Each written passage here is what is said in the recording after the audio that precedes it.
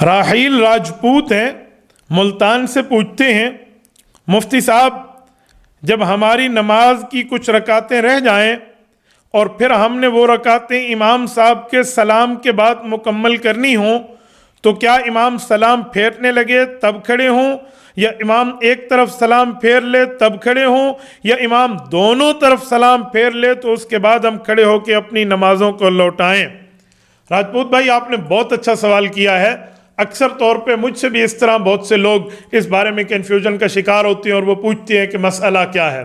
یہ بات ذہن میں رکھیں، جب آپ امام کے ساتھ آ کر ملیں، آپ کی ایک رکعت رہ گئی، 2 رہ گئی، 3 رہ گئی یا 4 رہ گئی، جتنی رکعتیں آپ کی رہ گئی ہیں، تو یہ بات آپ ذہن میں رکھیں جب امام کے ساتھ آ کر آپ نماز میں مل گئے اور بیٹھ گئے، اب امام نے سلام پھیرنا ہے تو پھر امام کے سلام پھیرنے کے بعد آپ نے کھڑا ہونا ہے۔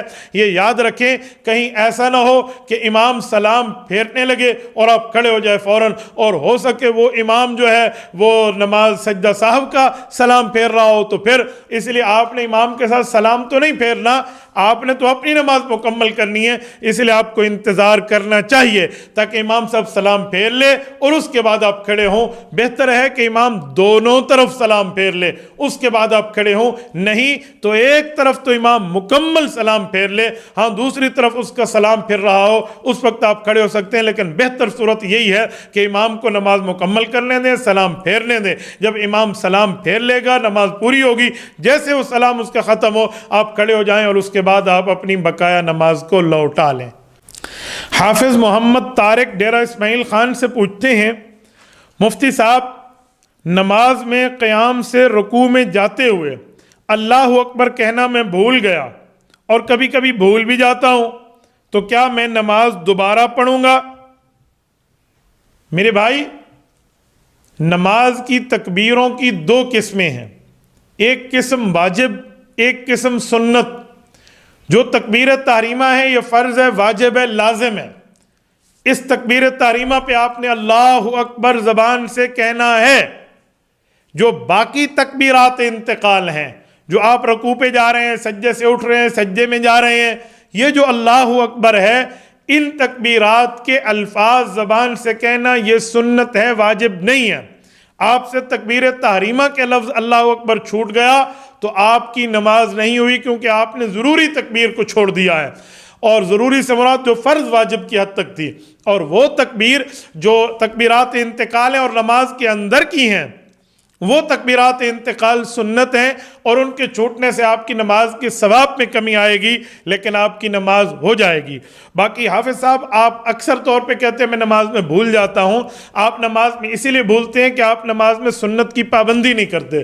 سنت کی پابندی کا معنی ہمارے تبلیغ جماعت کے بزرگ ہمیں سکھاتے ہیں کہ جس وقت نماز کا وقت ہو تھوڑا ٹائم پہلے بندہ مسجد آئے، اور مسجد آ کر انسان مذاکرہ یوں کرے اپنے دل اور دماغ سے، وہ کرے جس کو کہتے ہیں استحضار کرے کہ میں اللہ کی دربار میں کھڑا ہونے لگا ہوں، رب کریم کے دربار میں کھڑا ہوں گا، میں مجرم ہوں، اللہ کا گناہگار ہوں، عبد اللہ کا عاصی بندہ ہوں، میں اللہ کے دربار میں آیا ہوں، رب کریم جو اپنے دربار میں آنے والے ہیں اس پر کرم فرماتے ہیں، لہٰذا میں مولا کے سامنے ہوں، اب اللہ مجھے دیکھ رہا ہے، اللہ کے دیکھتے ہوئے میں عبادت کر رہا ہوں، اس طرح کا استحضار ہو، اور یہ سوچے ہو سکتا ہے زندگی کی آخری نماز ہو سکتا ہے میری کمر کے پیچھے فرشتہ موت کا ٹھہرا ہو سکتا ہے یہ دائیں طرف جنت ہو، بائیں طرف جہنم ہو، سامنے پتہ نہیں کیا، اس طرح کے معاملہ ہو سکے تو سامنے قبلہ بیت اللہ کو بندہ متصور سمجھے کہ میں وہاں ٹھہر کے نماز پڑھ رہا ہوں۔ اس طرح کی ترتیب ہوگی نا تو پھر خوف آخرت ہوگا، جب آخرت کا خوف آئے گا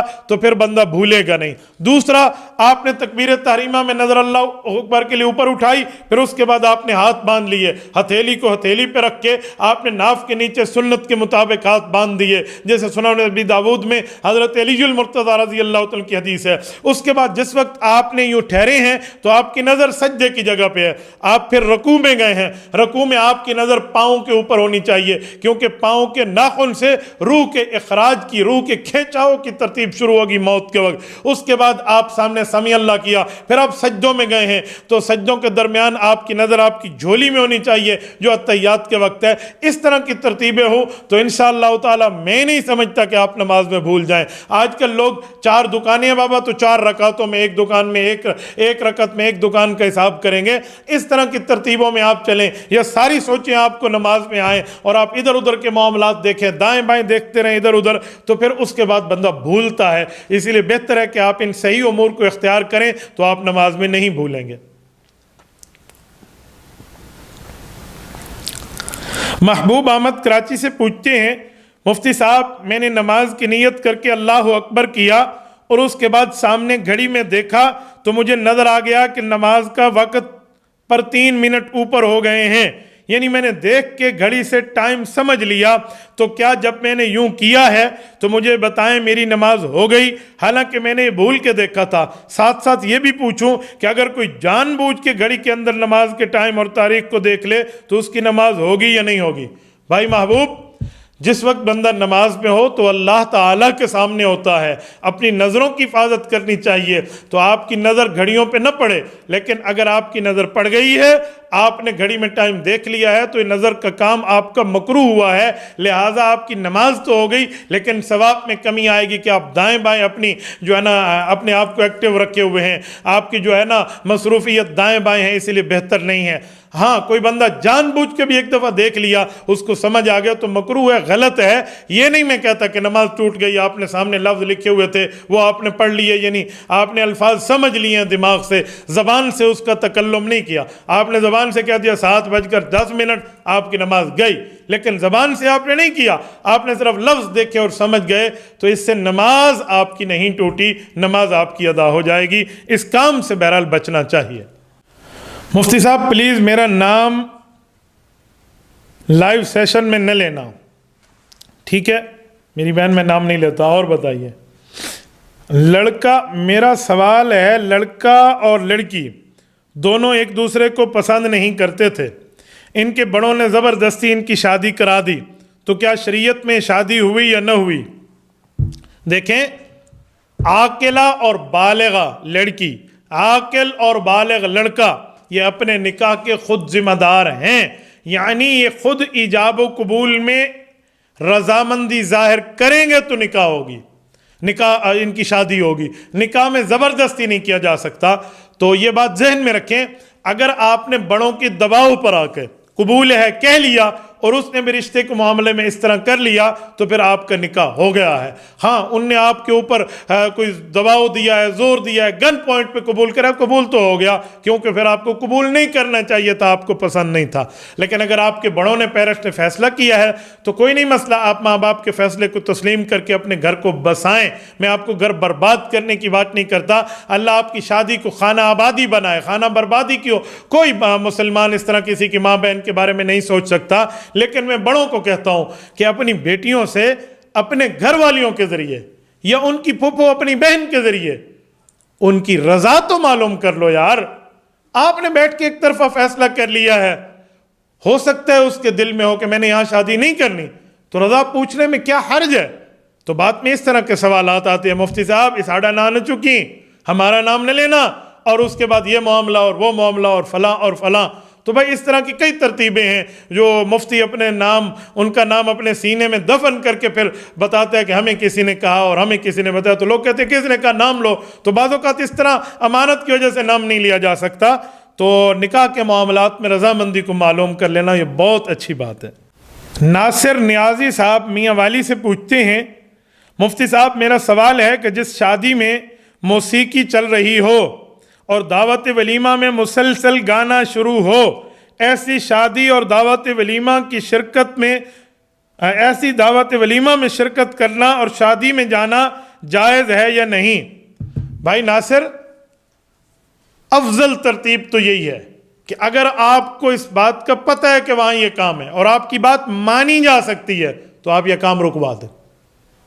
اگر آپ کی زبانی طاقت ہے آپ زبانی طاقت سے رکوائیں, ہاتھ کی طاقت ہے تو ہاتھ کی طاقت سے رکوائیں. وہ آپ کے محتاط ہیں یا آپ کے کولیگ ہیں یا آپ کے دوست ہیں یا آپ کے ساتھی ہیں, وہ آپ کی بات سے, آپ نے جا کر ٹیپ ریکارڈ بند کر دیا, انہیں پتہ ہے آپ کا اتنا احترام کرتے ہیں کہ وہ دوبارہ نہیں چلائیں گے, تو ٹھیک ہے پھر آپ کر لیں. نہیں تو پھر ایسی شادیوں میں جائیں بھی نہیں, بالکل نہ جائیں آپ. 100% ایسی شادی کا آپ بائیکاٹ کریں جس محفل میں یہ کام چل رہا ہو. ہاں اس کے علاوہ ان کا کوئی ایسا پروگرام ہے نکاح وغیرہ کا جہاں شادی کی ترتیب میں موسیقی نہیں ہے تو اس چیز میں آپ شرکت کر سکتے ہیں, وہاں آپ جا سکتے ہیں. لیکن اگر کہیں ایسی صورتحال پیش آ گئی کہ آپ پہنچ گئے, آپ کو نہیں پتہ تھا, وہاں گانا شروع ہو گیا, اٹھ کے آ سکتے ہیں تو آ جائیں, یہ بہت بہتر ہوگا. یہ قطع رحمی کے سلسلے میں نہیں جائے گا کیونکہ آپ نے ان کو سمجھائے دیا ہے, یہ نہیں مانے.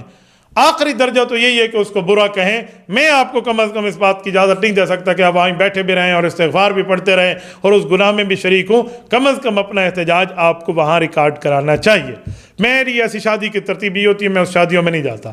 بعد میں جاتا ہوں تو انہیں سمجھاتا بھی, میں تمہاری شادی میں نہیں آیا تھا, میرے پاس کارڈ پہنچا تھا, میرے پاس دن اگر فارغ بھی ہوتا تو میں آپ کی شادی میں نہیں آتا. اس کی وجہ یہ آپ کو پتہ ہو, بعد میں آپ نے وہ کام چھوڑ دیا, ابھی گانا نہیں چل رہا تو میں آیا ہوں. اللہ آپ کی شادی مبارک فرمائے, اللہ آپ کے گناہ کو معاف فرمائے. انسان ہے, انسان شرمندگی میں پھر محسوس بھی کرتا ہے کہ یار مجھ سے آئے ہیں, یہ بات کہی بھی ہے, تو انسان اپنے کیے پہ نادم ہوتے. اللہ پاک توبہ کی توفیق عطا فرماتے ہیں. اس طرح کی ترتیب کو آپ دیکھ